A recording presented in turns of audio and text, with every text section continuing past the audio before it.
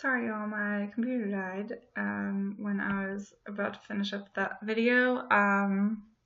So here's video number 2. We're going to talk about Jack London and Stephen Crane's text. And what I was going to say at the end of this video is that these are very hyper-masculine texts. We have this part of our reading for Unit 1 in terms of understanding what was going on in the world, this realism concept that we're reading about is this discussion from a lot of these naturalists, right, who say that realism isn't real enough. We need to get more real. These naturalists, which Jack London is a naturalist, and they're talking about, well, we need to have this masculinity, this strong masculine with strong masculine characters, which is interesting because this guy totally messes up in the text. But how can we write texts that reflect that masculinity even more than how we already what we're already writing? Because there was this theory or this argument where they were saying, well, because of the money that men are making now, they are more like white collar, they aren't working with their hands enough. So we want to reflect the real men out there that are working with their hands, and whatever, either way, working with your hands or not, I think it's cool. But they didn't think that. All right, so let's talk about your questions. Josie, you asked a great question. Why didn't Jack London give the man a name? And Matt, you did some research here. So you were talking about the fact that in an earlier edition, he did have a name, Tom Vincent. And you say, like, how would this story function as a man versus nature tale if we had Tom versus nature? And I think that that's a great way to phrase it, right? Because in this instance, it can be anyone. And so if we think about that, if we think about the fact that London is really trying to tell us a story about anyone going into the wilderness, being unprepared, and not being able to make it, but their dog can make it, and you guys talk about instinct versus experience. What is London trying to say? And I think you're absolutely right. There's something in that. There's a reason the man does not have a name, and it's, I think, to make this story possibly relevant to anyone. Although I'm not going into below 50-degree weather, that's for sure. Lee. That's so sweet. It is a thoughtful question, isn't it? And yeah, we're all wondering that. So you say, Lee, that I think Jack London did not give the man a name because that was not the most important aspect. He wanted us as readers to think more about the passage than about the man. And I think you're reflecting similar ideas to what Matt was saying. Names can be important. Some readers don't think about it. He was we just need to know that he was a man. And I think that you're right. Yeah, definitely intentional. Now, here's an interesting, where's my reply? Here's an interesting, where are my replies? Hello, replies, open. Hold on. Okay, hopefully I fixed all my technical glitches for tonight.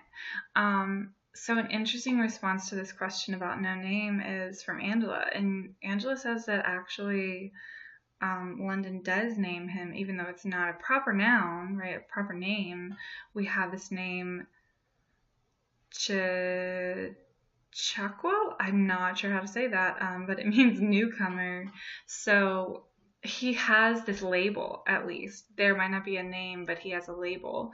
And that maybe there's, in that sense, there's a label because it's almost like foreshadowing his demise. And I think that that's a really great way to interpret this text, that we have a labeled character who's gonna have some issues here.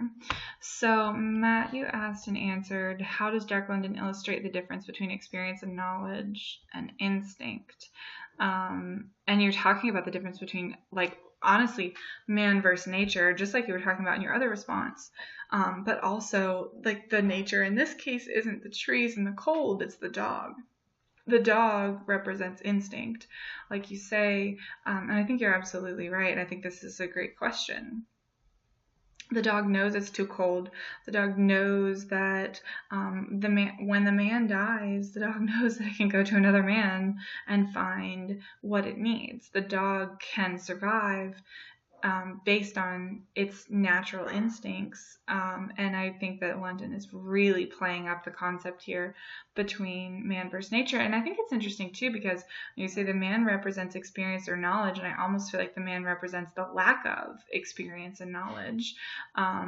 He knows a little bit, certainly, but he doesn't clearly have the instincts of the dog. And Eric, you also responded, it seems the man's knowledge, experience, and instinct are all working against each other. I mean, this guy can't catch a break, right? And what's interesting is the way that he continuously talks about it. He's like, well, it's like, well, that's too bad. Hopefully I can fix it on this go around. Nope, that didn't work. I'm gonna die. I almost feel like that's how he's responding in this way. Eric, you say you could call this an experience as well as knowledge. He later acknowledges that he was foolish in this way, but his hindsight is 2020. Yeah, that's what I'm talking about, right? He's like, well, that was dumb. He's interesting, this man. Josh, you ask, in Jack London's To Build a Fire, what do the warm spring pools symbolize? This is a really good question. I don't know. I didn't spend too much time thinking about that. So if you guys have an answer, definitely let me know. Seth, what are some sources of conflict in To Build a Fire, and what's the meaning of the final line in the story? Is it ironic? And Anderson, you responded to this. The dog has gone. The dog is moving on. Yeah, the ending was sad, but it was, but it wasn't. It wasn't sad for me. I mean, I don't know. This is all about reader response. It wasn't sad for me because the man kind of deserved it. You know what? Don't go out into the woods when it's negative 50 degrees. That's the moral of this story for me. I know there's more to it than that. Anderson, you talk about the sources of conflict, external, right? It's man versus nature. If we're talking about conflict, we have a couple of different ways that we can express conflict. Internal conflict versus external conflict, and then we can branch out external conflict, man versus nature. You can break those down into a lot of others: man versus the man, man versus society, man versus, are you reading fantasy, man versus creature, man versus paranormal thing, whatever. He faces a lot of conflict, and I almost wonder if it's not necessarily what is the conflict he's facing, but why. Why does London make him face these conflicts, and why doesn't he win? Why can't he get that fire going? Why can't is it about his own ignorance and his own what is the word? His own arrogance, because he thinks that because he's so here's something that's interesting. You have this dog who you might regard as a lesser being. I love dogs. As a lesser being than a human, but the dog wins / survives and the human doesn't. It's very arrogant of him to think that he can just go waltzing into the Yukon at negative 50 below and build a fire under some trees that have snow on them and survive.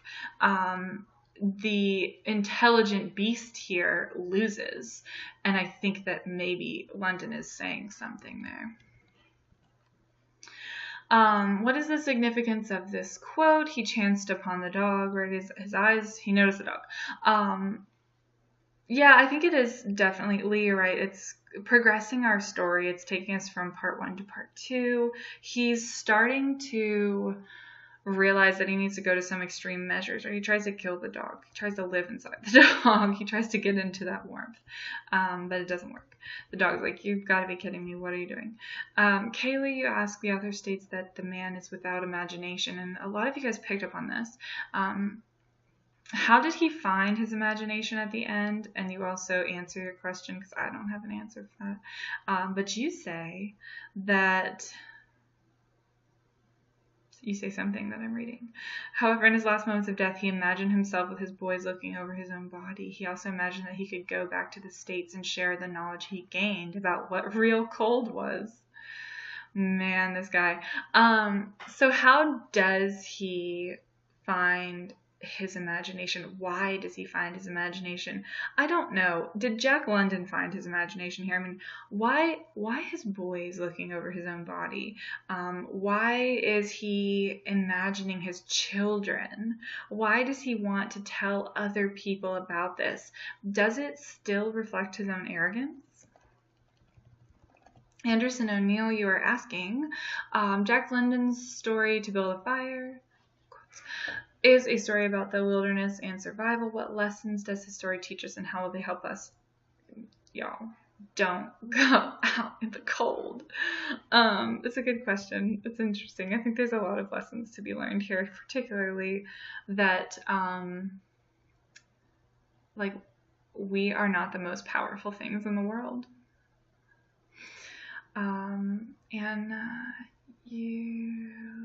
You're kind of talking more about imagination. We talked about that.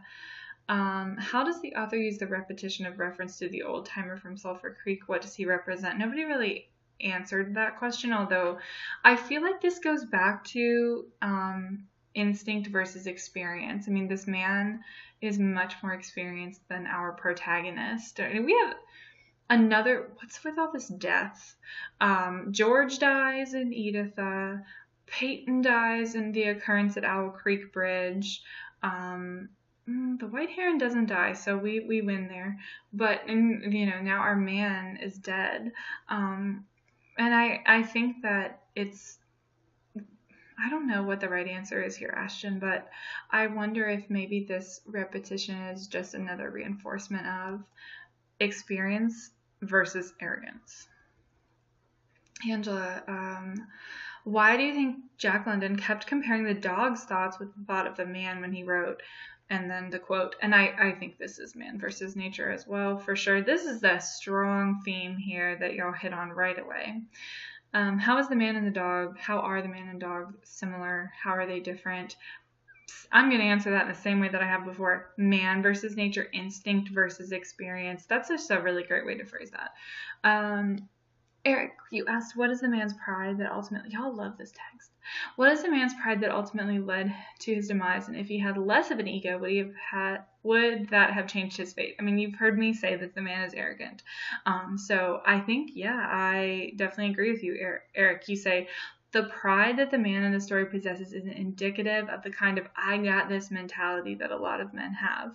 Then you give me some personal stuff.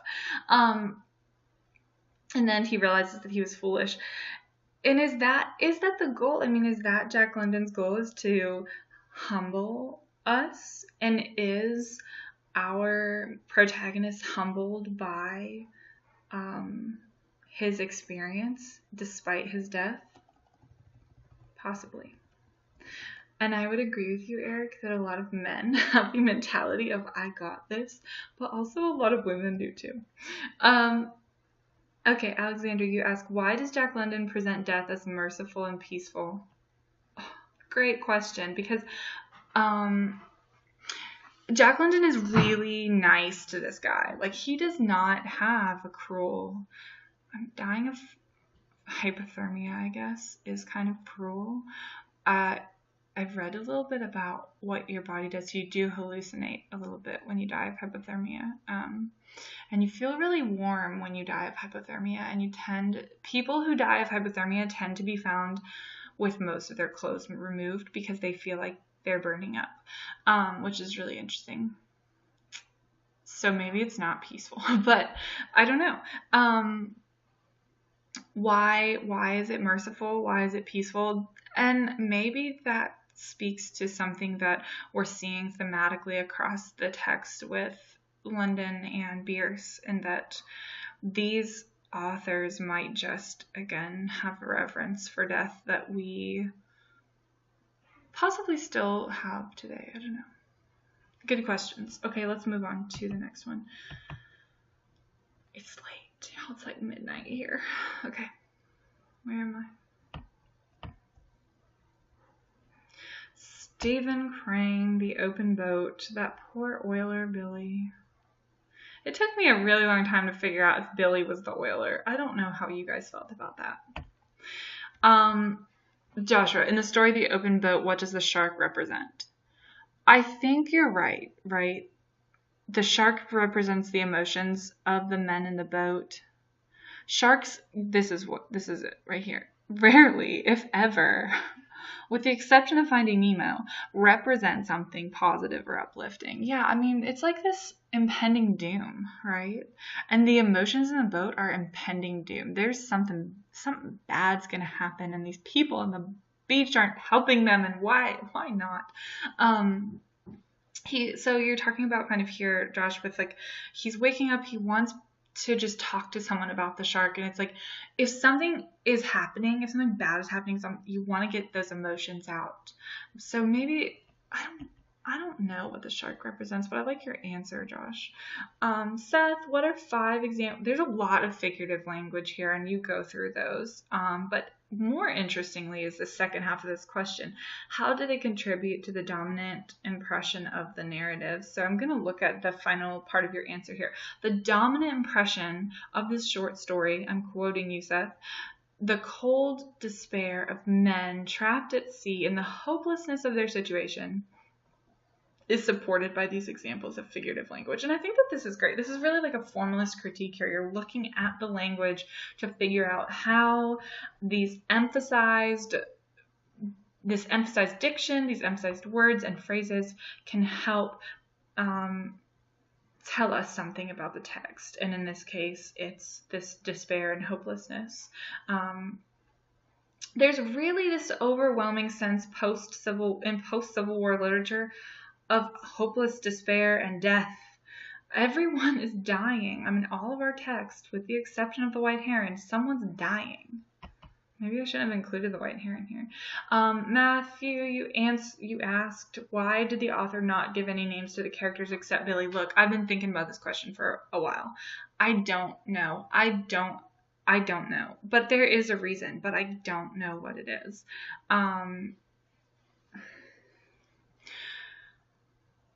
Bill, why? My question that isn't the answer to your question is, why was Billy the oiler?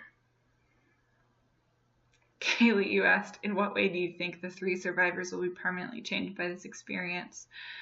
I don't know. I think this question is speculative as well, and really kind of relates to our personal understanding of a shipwreck experience. I've never been in a shipwreck, but I'm guessing they will be changed, but I don't know how.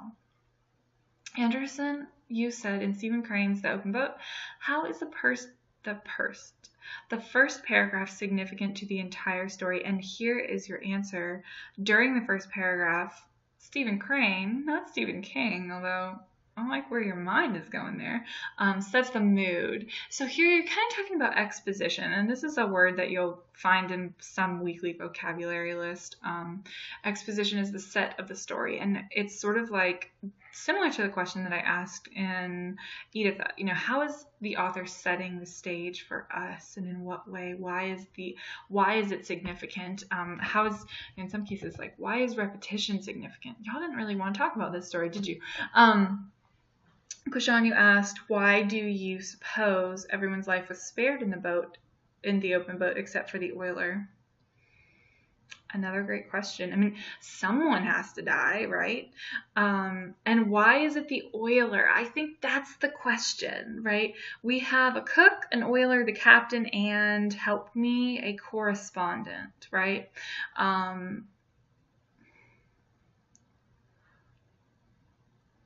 Is the oiler the most dirty job? Is there something there? Who is Billy? Why is Billy the oiler? And why does the oiler die? What does oil represent? I feel like asking those questions will lead us to the answer that both you and Matt are wondering here. Oil is slimy and dirty, and it doesn't mix with water. And oil if you're thinking of like, I mean, these men are all on a boat. So when I think of the oiler, I guess I'm thinking of like dark oil. You know, when you think of like oil coming from out of the ground and it's all black and muddy looking. I feel like looking at it from that perspective will answer these questions. If anyone has something to say about this, please email me and I'll share it or respond in the discussion board, whatever. Taylor, why does the oiler die? Why? Yes, I don't know. Is it because he's the best out of the four, or the worst, or for some other reason? I mean, if he is the best, how would you make that claim? That's my question. If he is the worst, how would you make that claim? He is rowing his heart out and he just doesn't make it. Why not? It has something to do with the fact that he's the oiler, and I don't know the answer. All right, y'all, this is the end. This is the end of this video. So think about these things, and if you want to continue talking about any of these texts, feel free to email me or post in the discussion board.